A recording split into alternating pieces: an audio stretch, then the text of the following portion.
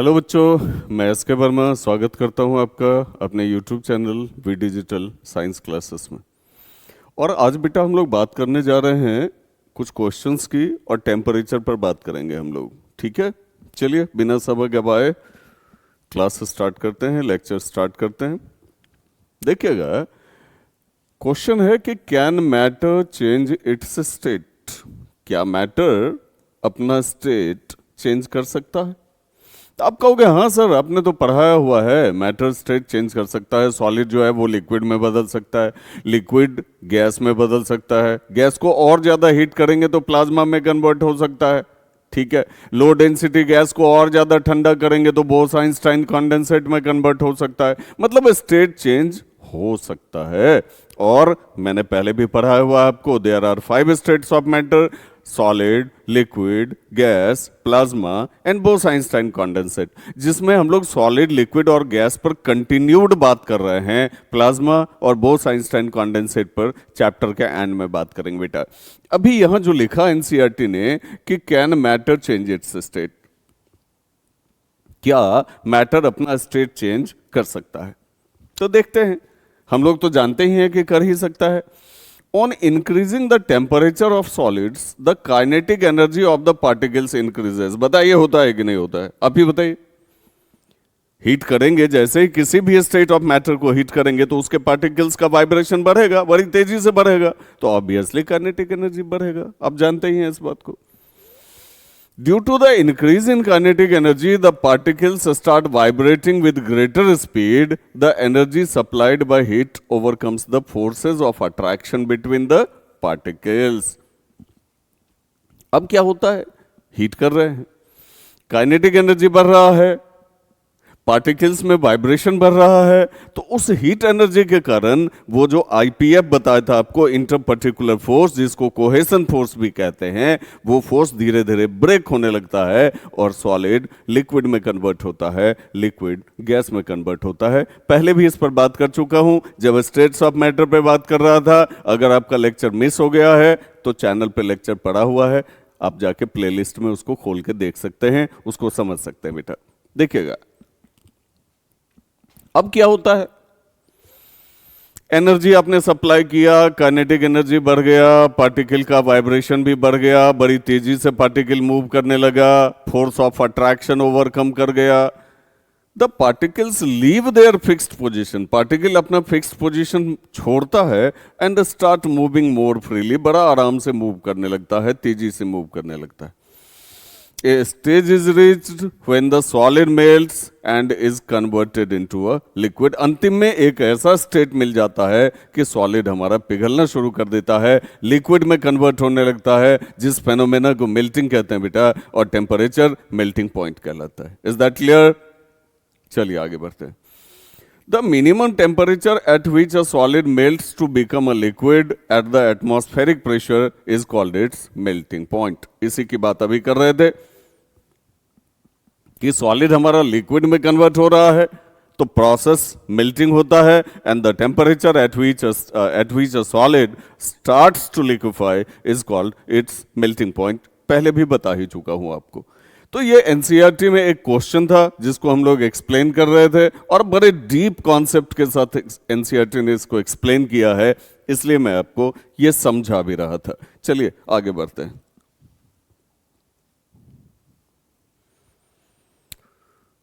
अगला यहां है बेटा ड्राई आइस। अब कहोगे सर ये क्या है, हमने आइस तो सुना है, ये ड्राई आइस कौन सा होता है? बेटा आपने एक फेनोमेना पढ़ी है, सब्लिमेशन। क्या होता है सब्लिमेशन भाई? तो अगर किसी सॉलिड को हम हीट करें और सॉलिड डायरेक्टली गैस में कन्वर्ट हो जाए, solid is converted directly into its gaseous state without being converted into liquid. ठीक है, तो बेटा ये प्रोसेस सब्लिमेशन कहलाता है। और ड्राई आइस भी जो है वो सब्लिमेशन में ही जाता है। मतलब अगर ड्राई आइस आप ले लेते हैं, इसको हीट कर देते हैं, तो सीधा ड्राई आइस का गैसियस स्टेट आपको मिल जाता है। इसीलिए इसको आइस तो कहते हैं लेकिन ड्राई आइस कहते हैं, क्योंकि बीच में लिक्विड स्टेट ऑब्टेन ही नहीं होता, सीधा गैसियस स्टेट ऑब्टेन होता है। और ड्राई आइस है क्या बेटा? तो ये है solid form of CO2। CO2 का सॉलिड फॉर्म जो है वो बेटा क्या कहलाता है?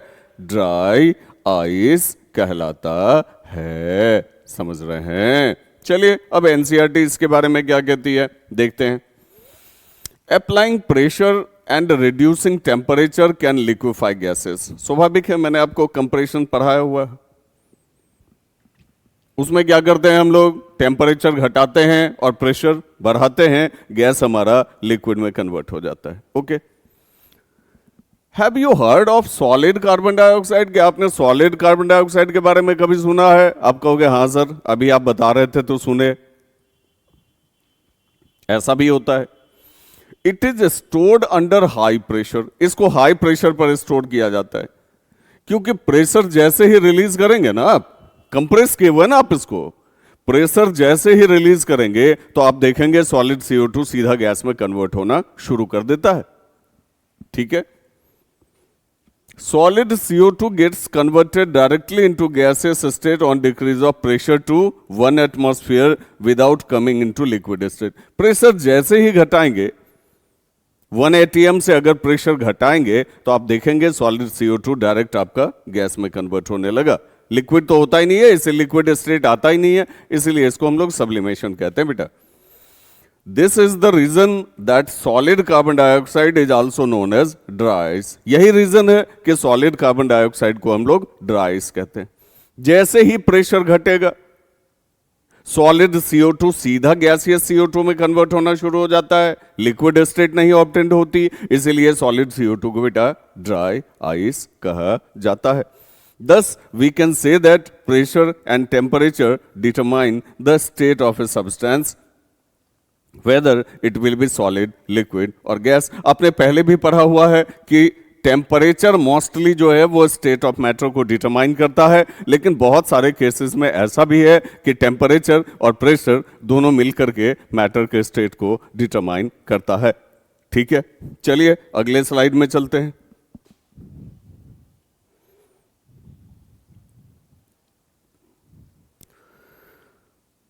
टेम्परेचर की बात करते हैं बेटा। ठीक है, क्या होता है टेम्परेचर, इस पर बात करते हैं। पहले भी मैंने आपको बताया हुआ है कि डिग्री ऑफ हॉटनेस भी टेम्परेचर कहलाता है, डिग्री ऑफ कोल्डनेस भी टेम्परेचर कहलाता है। अगर हमने 10 डिग्री सेल्सियस लिखा है तो वो भी टेम्परेचर है, -2 डिग्री सेल्सियस लिखा है वो भी टेम्परेचर है, -10 डिग्री भी टेम्परेचर है, -20 डिग्री C भी टेम्परेचर है। बात समझ रहे हैं? तो चाहे आप गर्म कर रहे हैं वो भी टेम्परेचर है, चाहे आप ठंडा कर रहे हैं वो भी टेम्परेचर है। ठीक है, अब यहां देखते हैं डेफिनेशन जो लिखा है, द डिग्री ऑफ हॉटनेस और coldness of a body is called its temperature. बिल्कुल सही है, जो बताया मैंने वही लिखा हुआ है। It can be usually measured in 3 scales. इसको 3 स्केल में मेजर किया जाता है बेटा, सेल्सियस स्केल, फारेनहाइट स्केल और केल्विन स्केल। केल्विन इसका SI यूनिट होता है, टेम्परेचर का SI स्केल जो होता है वो केल्विन होता है। बाकी मोस्टली हम लोग यूज करते हैं सेल्सियस में ही। ठीक है, फारेनहाइट में भी कभी कभार यूज होता है। ठीक है, आपने न्यूज में भी देखा होगा, आज पटना का टेम्परेचर इतना डिग्री सेल्सियस है, मुंबई का टेम्परेचर इतना डिग्री सेल्सियस है, कर्नाटका का टेम्परेचर इतना डिग्री सेल्सियस है। भले ही SI यूनिट टेम्परेचर का केल्विन हो, मानता हूं मैं, लेकिन मोस्टली जो आपका मेजरमेंट होता है वो सेल्सियस में ही होता है। ठीक है, तो अब यहां 3 स्केल्स हैं, उसके कारण यहां कुछ न्यूमेरिकल्स प्रॉब्लम आ जाते हैं। एक स्केल को दूसरे स्केल में हम कन्वर्ट कर सकते हैं। ध्यान रखिएगा, सेल्सियस में डिग्री यूज होता है, डिग्री C लिखिएगा। फारेनहाइट में डिग्री यूज होता है, लेकिन फिजिक्स कहती है, मेजरमेंट कहता है कि केल्विन में आप डिग्री यूज नहीं करेंगे। अगर आप डिग्री K लिखेंगे तो यह गलत हो जाएगा। ठीक है, हर यूनिट के साथ कुछ ना कुछ पैरामीटर्स हैं। जब हम लोग फिजिक्स पढ़ेंगे वहां आपको धीरे धीरे हम ये सब बातें बता देंगे। अभी फिलहाल जो बात है कि सेल्सियस में आप डिग्री C लगाइए, फारेनहाइट में डिग्री F लगाइए, केल्विन में डिग्री लगाने की जरूरत नहीं है। ठीक है, आपने देखा होगा कि टेम्परेचर मेजरमेंट जो है वो हम लोग बहुत आराम से कर लेते हैं, थर्मोमीटर्स के थ्रू कर लेते हैं, ठीक है। और आजकल तो ऐसे ऐसे थर्मोमीटर्स आ गए हैं जिसमें डिग्री सेल्सियस भी लिखा रहता है, डिग्री एफ भी लिखा हुआ रहता है। लेकिन थर्मामीटर देख देख के तो हमको नहीं बताना है ना एग्जाम में बेटा, एग्जाम में तो न्यूमेरिकल्स होते हैं, हमको वो सॉल्व करना होता है, ठीक है। तो चलिए यहां जो न्यूमेरिकल है इसको देखते हैं। The temperature of A metallic rod is 30 degree Celsius. किसी मेटालिक रॉड का टेम्परेचर 30 डिग्री सेल्सियस है। Convert this value of temperature in Fahrenheit and kelvin scale of temperature measurement. अब दिया हुआ है सेल्सियस में, कितना दिया है ध्यान से देख लीजिए, 30 डिग्री सेल्सियस दिया है, और इसको फ़ारेनहाइट में और केल्विन में कन्वर्ट करना है हम लोगों को, ठीक है। चलिए देखते हैं कैसे कन्वर्ट करते हैं, समझाता हूं मैं आपको। देखो बेटा, होता क्या है कि अगर आप डिग्री सी और डिग्री एफ का रिलेशन देखें, सेल्सियस और फ़ारेनहाइट का रिलेशन देखें, तो आपने 7th में भी पढ़ा होगा F minus 32/9 is equal to C/5 होता है, ठीक है। फ़ारेनहाइट है तो सेल्सियस में कन्वर्ट कर लो, सेल्सियस है फ़ारेनहाइट में कन्वर्ट कर लो। इसी तरह से डिग्री सी और के का भी रिलेशनशिप होता है, K is equal to 273 plus degree C, ठीक है। केल्विन दिया है तो आप सेल्सियस निकाल लो, सेल्सियस दिया है अब केल्विन निकाल लो। और तीसरा रिलेशनशिप जो बच गया डिग्री एफ का और के का, ये होता है F minus 32/9 is equal to K minus 273/5। ये तीनों रिलेशनशिप्स आपको याद रहने चाहिए, बिल्कुल याद रहने चाहिए न्यूमेरिकल्स को सॉल्व करने के लिए, टेम्परेचर के न्यूमेरिकल्स को सॉल्व करने के लिए, ठीक है। अब चलिए न्यूमेरिकल में चलते हैं। न्यूमेरिकल आपका दिया हुआ था, किसी भी न्यूमेरिकल को बनाने के लिए बेटा पहले उसका गिवन लिख लेना चाहिए। गिवन में कैपिटल टी का वैल्यू आपको दिया था 30 डिग्री सेल्सियस। अब कहोगे सर कैपिटल टी क्यों?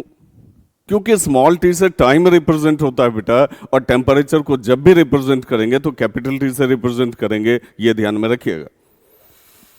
अब करना क्या है भाई, तो इसको डिग्री एफ में भी कन्वर्ट करना है और के में भी कन्वर्ट करना है। अब दिया है सेल्सियस में और फ़ारेनहाइट में कन्वर्ट करना है, तो सेल्सियस और फ़ारेनहाइट का रिलेशनशिप ले लीजिए आप, ठीक है। सॉल्यूशन बनाइए, लिखते हैं because F minus 32/9 is equal to C/5। अब वैल्यू किस चीज का दिया है, सी का दिया है ना, तो सी के जगह रखेंगे। अगर वैल्यू एफ का दिया रहता तो एफ के जगह रखते, ठीक है। सी का वैल्यू दिया है 30 डिग्री दिया हुआ है तो सी के जगह रखेंगे इसको। अब यहां देखिएगा F minus 32/9 is equal to C/5 है, तो 30/5 हो गया, 30/5 हो गया, ठीक है। सी के जगह उसका वैल्यू रख दिए तो बेटा 5 6 जा 30 हो गया। जहां दिए जो वैल्यू दिया हुआ है उसके जगह रख दिए, और फ़ारेनहाइट में कन्वर्ट करना है तो f minus 32/9 is equal to 6/1 हो गया। क्या करें, क्रॉस मल्टीप्लाई कर लेते हैं बेटा। f minus 32 is equal to 54 हो गया बेटा रे, और f is equal to 54 plus 32 is equal to 86 degree F निकल गया। अरे बेटा समझे कैसे बना? तो इस तरह से हम लोगों ने सेल्सियस को फ़ारेनहाइट में कन्वर्ट कर लिया, ठीक है। अब एक आंसर तो निकल गया हमारा, सेल्सियस से फ़ारेनहाइट में तो कन्वर्ट हो गया। अब केल्विन में कन्वर्ट करना है, यहां देख लीजिए एंड। अब केल्विन में कैसे कन्वर्ट कर सकते हैं ये जरा सा देखिए। हमारे पास सेल्सियस है, कहा गया, हाँ हमारे पास सेल्सियस है। हम डायरेक्ट इसको केल्विन में कन्वर्ट कर सकते हैं या नहीं, तो सेल्सियस से हमने फ़ारेनहाइट में निकाल दिया, अब फ़ारेनहाइट को केल्विन में कन्वर्ट कर सकते हैं, ठीक है। तो पहले सेल्सियस से कन्वर्ट करके देखते हैं। के इज इक्वल टू होता है 273 plus C is equal to 273 plus C का वैल्यू हो गया कितना 30, तो ये हो गया 303 केल्विन। कितना आ गया बेटा 303 केल्विन। तो हमारा न्यूमेरिकल सॉल्व हो गया। लेकिन मैंने जो बताया आपको कि सेल्सियस है, इससे फ़ारेनहाइट निकाले और फ़ारेनहाइट से भी हम केल्विन निकाल सकते हैं, फिर भी आंसर उतना ही आएगा। एक से दूसरा निकालेंगे, दूसरे से तीसरा निकालेंगे, या पहले से ही दूसरा निकाले, पहले से ही तीसरा निकालेंगे। दोनों तरीका आप यूज कर सकते हो, कोई दिक्कत नहीं है। ठीक है, आप कहोगे सर यूज कैसे करेंगे? हमने सेल्सियस से फ़ारेनहाइट निकाला, अब चाहे तो फ़ारेनहाइट से भी केल्विन निकाल सकते हैं बेटा, इतना ही आएगा, देख लो आप। ठीक है, आप क्या जानते हो, आप क्या जानते हो सर? बिकॉज फ़ारेनहाइट से केल्विन में कन्वर्ट कर रहे हो, सोच लो, उसका रिलेशनशिप सोच लो दिमाग में। F minus 32/9 is equal to K minus 273/5। सही है बेटा, यही रिलेशनशिप होता है। अब फ़ारेनहाइट से केल्विन में कन्वर्ट कर रहे हैं, तो फ़ारेनहाइट की जगह फ़ारेनहाइट का वैल्यू रखो।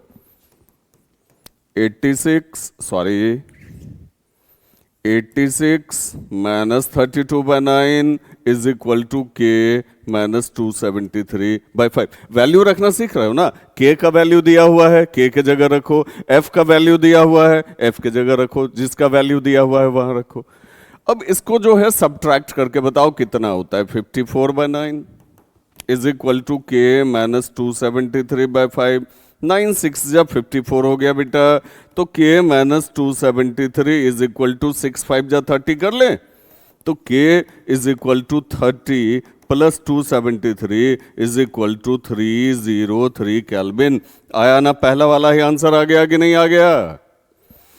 अब समझे हम क्या कह रहे थे बेटा? या तो सेल्सियस से ही फ़ारेनहाइट निकाल लो, सेल्सियस से ही केल्विन निकाल लो, या नहीं तो सेल्सियस से आप फ़ारेनहाइट निकाल लो, फ़ारेनहाइट से केल्विन निकाल लो। जैसे निकालो, सिर्फ कैलकुलेशन सही सही करना, एग्जैक्टली सही रिजल्ट आएगा, कहीं कोई दिक्कत नहीं होगी।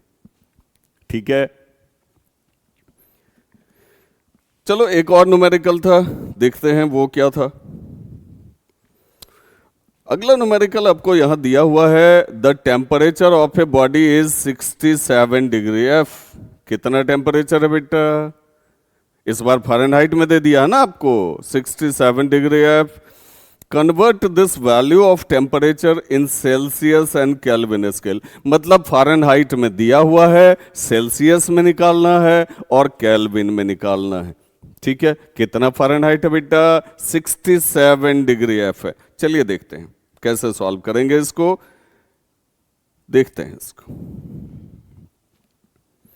आपको गिवन में क्या दिया है पहले ये देख लीजिए। गिवन में दिया है capital T is equal to 67 degree F।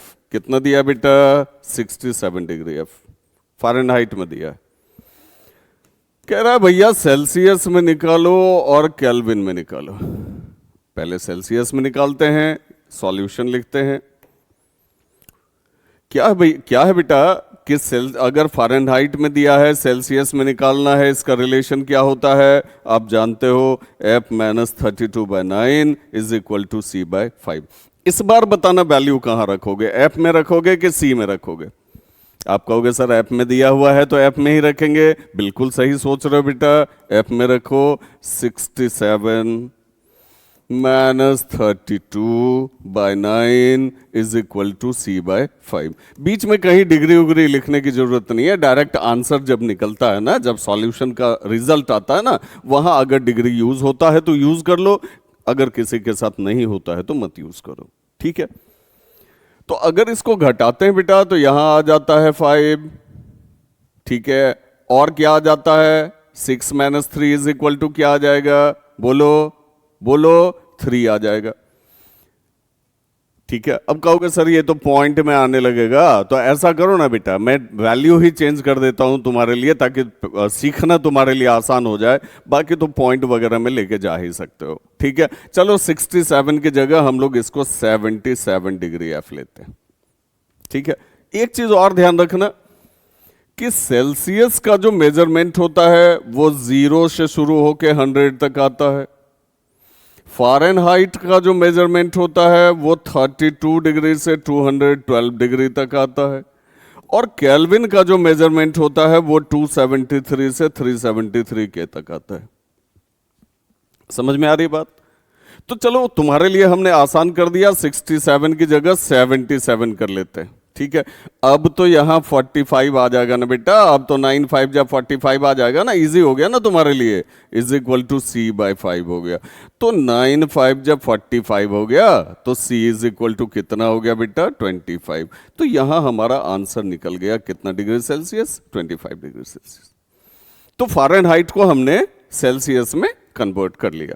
ठीक है, अब आप चाहो तो 67 हो कि 92 हो कि कुछ भी हो, मैंने प्रोसेस आपको बता दिया, वैल्यू कुछ भी हो आप आराम से उसको कैलकुलेट कर सकते हैं।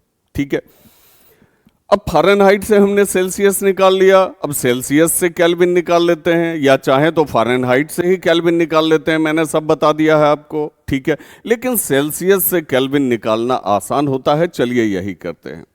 ठीक है, तो एंड हो गया because K is equal to 273 plus degree C, तो 273 प्लस 25 हो गया बेटा। बताइए कितना होगा, बताइए बताइए, जल्दी से बताइए, जल्दी से बताइए।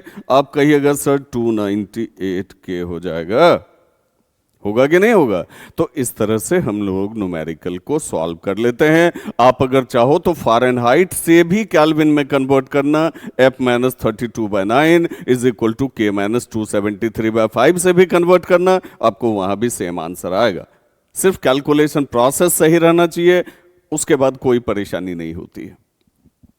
ठीक है, तो इसी तरह किसी भी कॉन्सेप्ट को इन डिटेल्ड समझने के लिए, अपने कॉन्सेप्ट को बिल्कुल क्रिस्टल क्लियर रखने के लिए आप निश्चित ही मेरे चैनल को सब्सक्राइब कर लें, वीडियो लेक्चर को लाइक कर लें और बेल आइकन प्रेस कर लें, ताकि कोई भी नया लेक्चर अपलोड हो तो उसका नोटिफिकेशन आप तक पहुंच जाए। Best of luck, have a good day.